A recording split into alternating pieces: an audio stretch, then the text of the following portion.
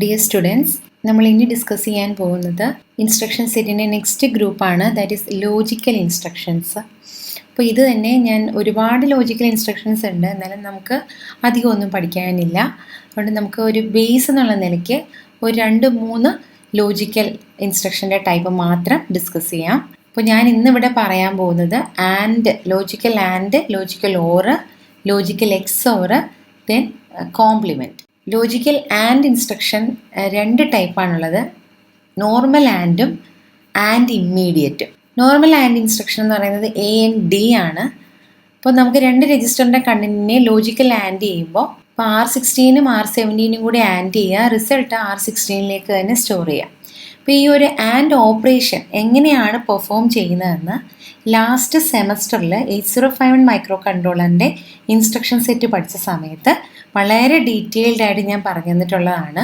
കാര്യം bit wise and എങ്ങനെയാണ് നടക്കുന്നതെന്നുള്ളത് അത് ഓർമ്മയില്ലാത്തവർ ഇവിടെ ഐ ബട്ടണിൽ ആ വീഡിയോയുടെ ലിങ്ക് വരും, അതിൽ ക്ലിക്ക് ചെയ്ത് കഴിഞ്ഞാൽ നിങ്ങൾക്ക് ലോജിക്കൽ ആൻഡ് എങ്ങനെയാണ് പെർഫോം ചെയ്യുന്നതെന്ന് ഡീറ്റെയിൽഡ് ആയിട്ട് തന്നെ മനസ്സിലാക്കാനായിട്ട് പറ്റും. അതുപോലെ ഇപ്പം നമ്മൾ പറഞ്ഞു ലോജിക്കൽ ആൻഡ് 2 ടൈപ്പാണ്, AND ഇൻസ്ട്രക്ഷനും ഉണ്ട്, ANDI ഇൻസ്ട്രക്ഷനും ഉണ്ട്. ആൻഡ് ഇമ്മീഡിയറ്റ് എന്ന് പറയുന്ന ഇൻസ്ട്രക്ഷൻ്റെ എക്സാമ്പിളാണ് ഇവിടെ കൊടുത്തിരിക്കുന്നത്.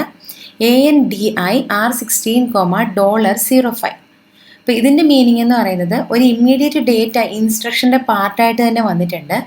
ആ ഡേറ്റയും ഈ ഇൻസ്ട്രക്ഷനിൽ ഏത് രജിസ്റ്ററാണോ പറഞ്ഞിരിക്കുന്നത് ആ രജിസ്റ്ററിൻ്റെ കണ്ടൻറ്റും കൂടി ആൻഡ് ചെയ്യുന്നു, റിസൾട്ട് ഈ രജിസ്റ്ററിലേക്ക് തന്നെ സ്റ്റോർ ബാക്ക് ചെയ്യുന്നു.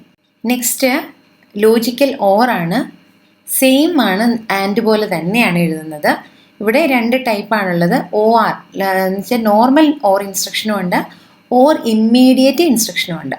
അപ്പോൾ ഓർ നോർമൽ ഇൻസ്ട്രക്ഷൻ്റെ ഒരു എക്സാമ്പിൾ ഇവിടെ എഴുതിയിട്ടുണ്ട്, OR R16,R17. അപ്പോൾ 2 രജിസ്റ്ററിലെ കണ്ടന്റിനെ ലോജിക്കൽ ഓർ ചെയ്യുന്നു, എന്നിട്ട് റിസൾട്ട് R16ലേക്ക് സ്റ്റോർ ചെയ്യുന്നു. ഓർ ഇമ്മീഡിയറ്റ് എന്ന് പറയുമ്പോൾ എന്താണ്, ഒരു രജിസ്റ്ററിൻ്റെ കണ്ടന്റും ഒരു ഇമ്മീഡിയറ്റ് ഡേറ്റയും കൂടിയാണ് ഓർ ചെയ്യുന്നത്, എന്നിട്ട് റിസൾട്ട് ആ രജിസ്റ്ററിലേക്ക് തന്നെ സ്റ്റോർ ചെയ്യുന്നു. നെക്സ്റ്റ് എക്സോറിങ് ആണ്, അതിൻ്റെ ഇൻസ്ട്രക്ഷൻ എന്ന് പറയുന്നത് EOR എന്നാണ്, EOR. അപ്പോൾ അതിൻ്റെ ഒരു എക്സാമ്പിൾ ഞാനിവിടെ എഴുതിയിട്ടുണ്ട്, EOR R16,R17. ദാറ്റ് ഈസ് R16ൻ്റെ കണ്ടൻറ്റും R17ൻ്റെ കണ്ടൻറ്റും കൂടി ലോജിക്കൽ എക്സോർ ചെയ്യുകയാണ് ചെയ്യുന്നത്, എന്നിട്ട് റിസൾട്ട് R16ലേക്ക് തന്നെ സ്റ്റോർ ചെയ്യും. ലാസ്റ്റ് ടൈപ്പ് ഞാനിവിടെ ഡിസ്കസ് ചെയ്യാൻ പോകുന്നത് കോംപ്ലിമെൻ്റ് ആണ്. ദാറ്റ് ഈസ് COM എന്നാണ് ആ ഇൻസ്ട്രക്ഷൻ പറയുന്നത്, COM രജിസ്റ്റർ.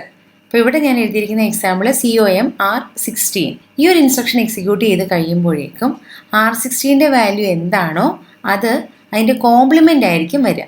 ചില R16ൻ്റെ വാല്യൂ ഇവിടെ 55 ആണെന്നിരിക്കട്ടെ, 55നെ നമുക്ക് എങ്ങനെ എഴുതാൻ പറ്റും, 0101 0101 ഇങ്ങനെ എഴുതാൻ പറ്റും അല്ലേ. അപ്പോൾ നമ്മൾ ഇതിൻ്റെ കോംപ്ലിമെൻ്റ് എടുക്കുകയാണെന്നുണ്ടെങ്കിൽ വരാൻ പോകുന്നത് ഇങ്ങനെയായിരിക്കും. ചെറിയ 0യുടെ പ്ലേസിലെല്ലാം 1 വരും, 1ൻ്റെ പ്ലേസിലെല്ലാം 0യും വരും. അപ്പോൾ എങ്ങനെയായിരിക്കും വരിക, 1010 1010. അപ്പോൾ ഈ 0101 എന്ന് പറയുമ്പോൾ ഇതെന്താണ് ഞാൻ പറഞ്ഞിരുന്നേ ഉള്ളൂ, ഹെക്സാഡെസിമലിൽ ഇനി എന്താ എഴുതുക, നമ്മൾ 55 എന്ന് എഴുതും.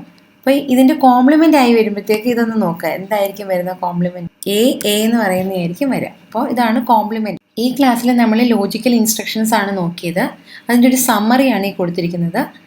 ഇവിടെ ഞാൻ പറഞ്ഞ 2 ഇൻസ്ട്രക്ഷൻസും കൊടുത്തിട്ടുണ്ട്, അതിൻ്റെ ഫംഗ്ഷനാണ് ഇവിടെ പറഞ്ഞിരിക്കുന്നത്. ദെൻ അതിൻ്റെ അവിടെ നടക്കുന്ന ആ ഒരു ഫംഗ്ഷൻ സിംബോളിക്കലി റെപ്രസെൻറ്റ് ചെയ്തിരിക്കുകയാണിത്. നിങ്ങൾക്ക് എക്സാമിന് ചോദിക്കുമ്പോൾ ഇങ്ങനെ തന്നെയാണ് എഴുതേണ്ടത്, ഒരു ഇൻസ്ട്രക്ഷൻ എഴുതുക, അതിൻ്റെ ഫംഗ്ഷൻ എഴുതുക, അത് എങ്ങനെയാണെന്നുള്ളത് ഡീറ്റെയിൽഡ് ആയിട്ട് ഇങ്ങനെ ഒരു സിംബോളിക്കായിട്ട് വേണം എഴുതാനായിട്ട്. നെക്സ്റ്റ് ക്ലാസ്സിൽ നമുക്ക് റൊട്ടേറ്റ് ആൻഡ് ഷിഫ്റ്റ് ഇൻസ്ട്രക്ഷൻസ് നോക്കാം. Thank you.